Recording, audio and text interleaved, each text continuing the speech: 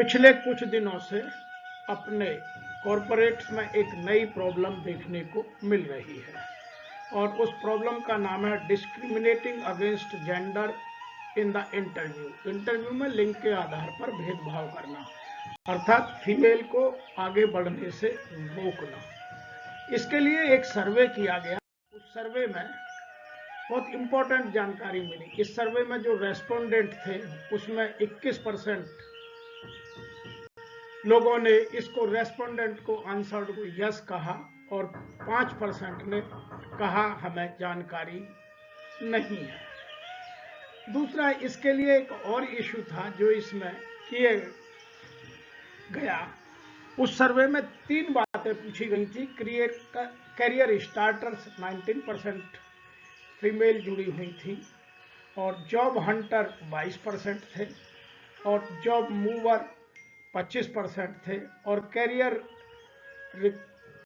Returner 17% थे। तो यह बड़ा डाइवर्सिफाइड सर्वे था और उस सर्वे ने ये कहा कि हाँ, कैरियर डिस्क्रिमिनेशन जब हम अप्लाई करते हैं तो होता है। उसके कुछ कारण, उसको समझने के लिए हमें सबसे पहले समझना होगा कि व्हाट इज हायरिंग बायस। जब हम हायर करते हैं, रिक्रूट करते हैं, सिलेक्शन करते हैं, उस टाइम में क्या क्या बायस हो सकते हैं और ये बायस है क्या। Interviewer bias is when different unfair standards are applied. It means two things are happening. There are 2 types of theories. For male is different and female are different. Second is unfair standard practices are being followed when evaluating people to hire or to promote.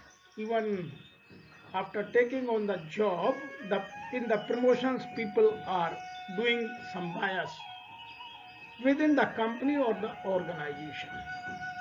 उसको हम hiring बायस कहते हैं. It can lead to passing over high potential candidate for lesser hire simply because of interviewer partiality. तो जो interviewer की या selector की या प्रमोटर की जो पार्शलिटी है वह इसमें स्पष्ट दिखाई देती है. अच्छा, दूसरी बात इसमें यह है कि अनफॉर्चुनेटली बायस इज कॉमन. यह बहुत कॉमन और परवेसिव है.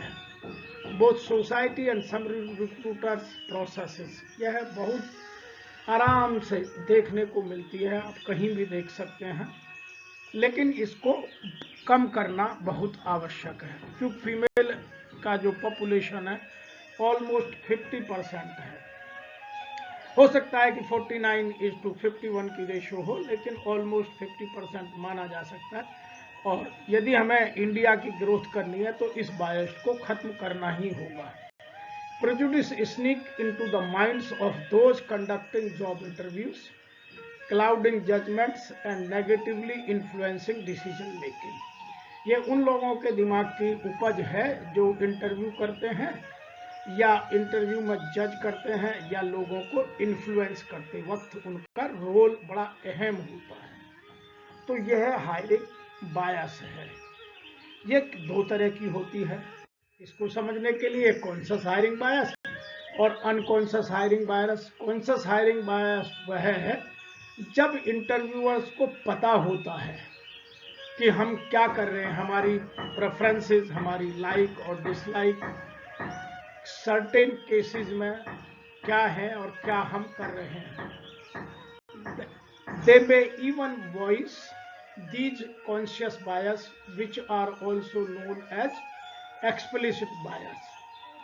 तो यह स्पष्ट रूप से समझ में आती है.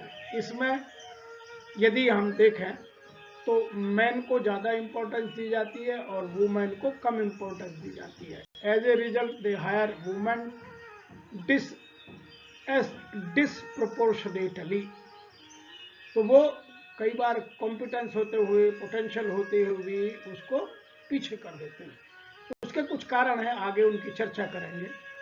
This is just one example, but compare to the unconscious bias, conscious bias in the hiring process tend to be easier to stop and stamp out। इसको बहुत तेजी से खत्म किया जा सकता है, इसके मैं तरीके आपको बताऊंगा। लेकिन जो अनकॉन्शियस बायस है वह बड़ी खतरनाक है। उसका वो क्या है? कभी कभी हमें देखने में आता है कि ये जो बायस है हायरिंग प्रोसेस में बड़े धीरे से क्वाइटली क्रीप कर जाती है, unexpectedly and subconsciously role play कर जाती है। इसको हम ठीक से समझ भी नहीं पाते और वह अपना रोल प्ले कर जाती है। It is what happens when you trust out gut. तो you trust your gut is a very important aspect और फॉलो योर इंट्यूशन। तो इन चीजों में हमको कभी कभी बड़ा अहम सा रोल है और जिसको हम ठीक से जज नहीं कर पाते हैं और हमसे बायस्डनेस हो जाती है।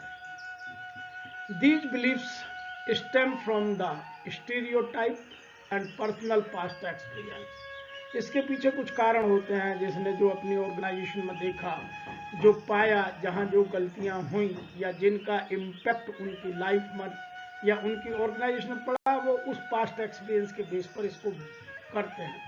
यह नहीं समझ रहे हैं कि अब जमाना बदल गया है, कॉम्पिटेंसीज काफ़ी चेंज हो गई हैं, फीमेल काफ़ी करियर ओरिएंटेड हो गई हैं, तो हमें उन चीज़ों को भी वेटेज देना चाहिए।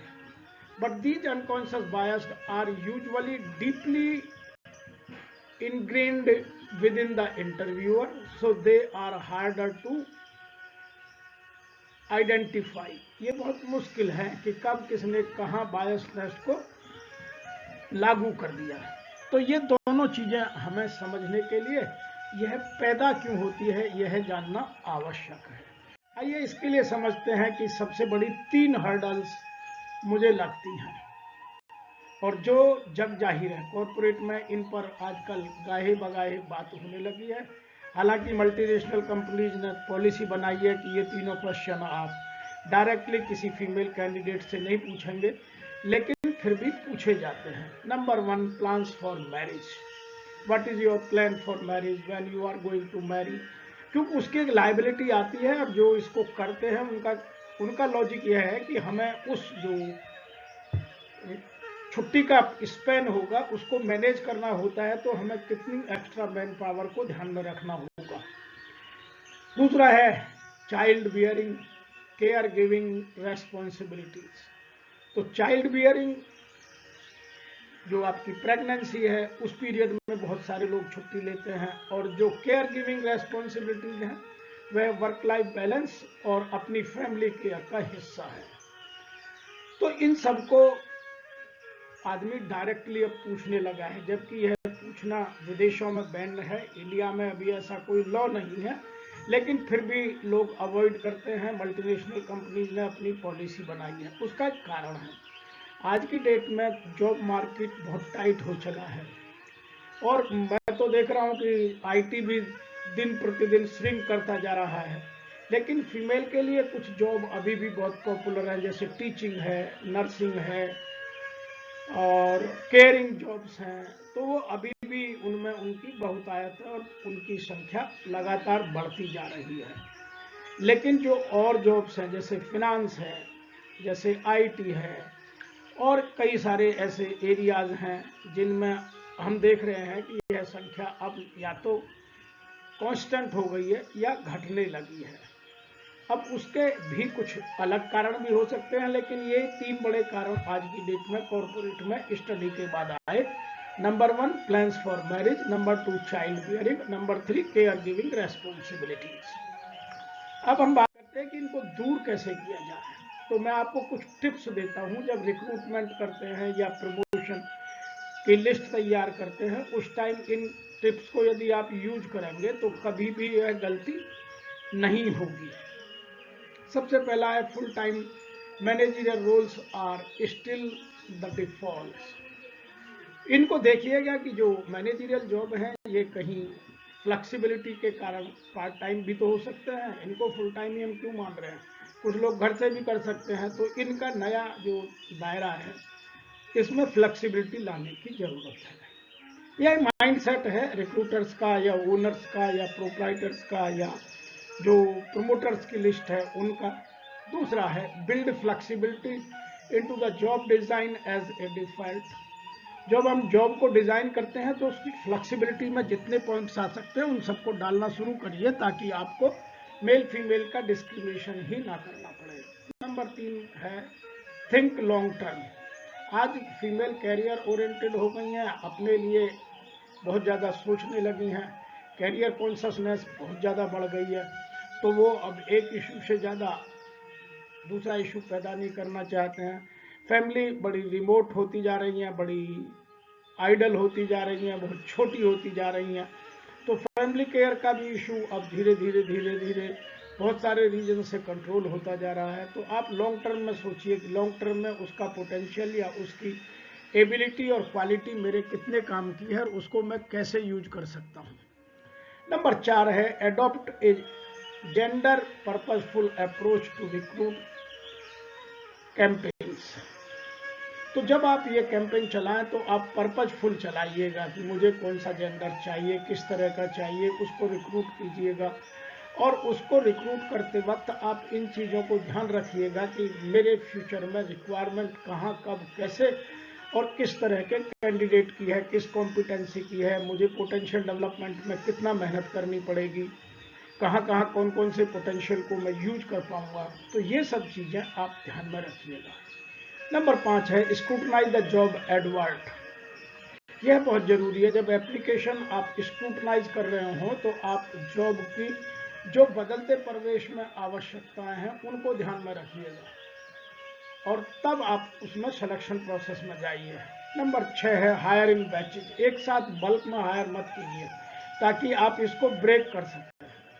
तो जो आप छुट्टी की बात कर रहे थे, जो आपने 3 बातें अभी डिस्कशन में आई थी, नंबर 1 मैरिज, नंबर 2 प्रेगनेंसी और number 3 caring to the family members. तो उन तीनों को आप बैचेज में जितना करेंगे तो आपके पास हमेशा कुछ ना कुछ कुशन बना रहेगा और आप उसको स्कैटर्ड करके इजीली मैनेज कर पाएंगे। नंबर 7 है स्टैंडर्डाइज द इंटरव्यू प्रोसेस। आप प्रोसेस में मेल फीमेल का जो जेंडर का बायसनेस है उसको जगह ही मत दीजिए। आप अपनी प्रोसेस को स्टैंडर्डाइज कीजिए। ये मेरा जॉब प्रोफाइल है, ये मेरा जॉब डिस्क्रिप्शन है, ये मेरी जॉब की रिक्वायरमेंट है, ये मेरी कॉम्पिटेंसीज है, ये मेरे स्किल सेट है, जो इनको मैच करेगा उसका सिलेक्शन होगा। तो आप स्टैंडर्डाइज प्रोसेस बना दीजिए। नंबर 9 है tell the story from different perspectives. जब आप कैंडिडेट को ज्वाइन ऑनबोर्डिंग कराते हैं तो उस समय उस कैंडिडेट को बहुत सारे पर्सपेक्टिव से कुछ कहानियां सुनाइए। यह काम बहुत कठिन है, यह मैंने बहुत किया है पिछले 38 साल के कैरियर में। लगभग मैं यदि वर्कर और स्टाफ की बात करूं तो मैंने लगभग 25 से 30 हजार लोगों को ज्वाइन कराया है और मैंने ऑनबोर्डिंग का काम बहुत अच्छे से, जब भी नया बैच हम सेलेक्ट करते थे तो ऑनबोर्डिंग के टाइम उन पर फुल डे लगाते थे, उनके साथ बात करते थे, उनको डिफरेंट पर्सपेक्टिव की स्टोरी सुनाते थे, कैरियर ग्रोथ का पाथ बताते थे, उन सबको उनके लिए क्या इम्पोर्टेंट है वह सब करके और तब उनको आगे के इंडक्शन प्रोसेस में इन्वॉल्व करते थे। तो आपसे भी मेरा निवेदन है कि आपको यदि हम जैसे लोगों की आवश्यकता है तो उन्हें आप हायर कर सकते हैं। एक दिन के लिए हायर करना कोई किसी के लिए बड़ी बात नहीं है। और यदि आप स्वयं कर सकते हैं तो आप ऑन बोर्डिंग के टाइम पर डिफरेंट पर्सपेक्टिव की स्टोरी जरूर कैंडिडेट को या सेलेक्टेड जो आपके रिक्रूटेड कैंडिडेट्स हैं उनको अवश्य सुनाइए। नंबर 9 है women often receive less briefing on strategy and expectations. ऐसा माना जाता है कि जब यह बात ब्रीफिंग की या एक्सपेक्टेशंस की बात होती है तो वुमेन उन चीज़ों को कम एक्सपेक्ट करती हैं, उनका फोकस अपने ही कहीं और माइंडसेट पर लगा रहता है। हालांकि यह मैं नहीं मानता, यदि आप अटेंटिव होकर यह काम करें तो यह बहुत तेजी से ठीक किया जा सकता है और इसको स्ट्रेटेजिकली इससे बाहर निकला जा सकता है। नंबर 10 जो सबसे जरूरी है, जब आप इंटरव्यू प्रमोशंस की लिस्ट बना रहे हैं तो आप प्रमोशन देते वक्त कैंडिडेट के पोटेंशियल को ध्यान में रखिएगा, उसके जेंडर को पीछे कर दीजिएगा। तो ये चीज़ें आपको मदद करेंगी जेंडर बायस से बाहर निकलने में। मैं मानता हूं कि यह वीडियो आपको जेंडर बायसनेस को समझने में, उससे बाहर निकलने में, अपनी ऑर्गेनाइजेशन को और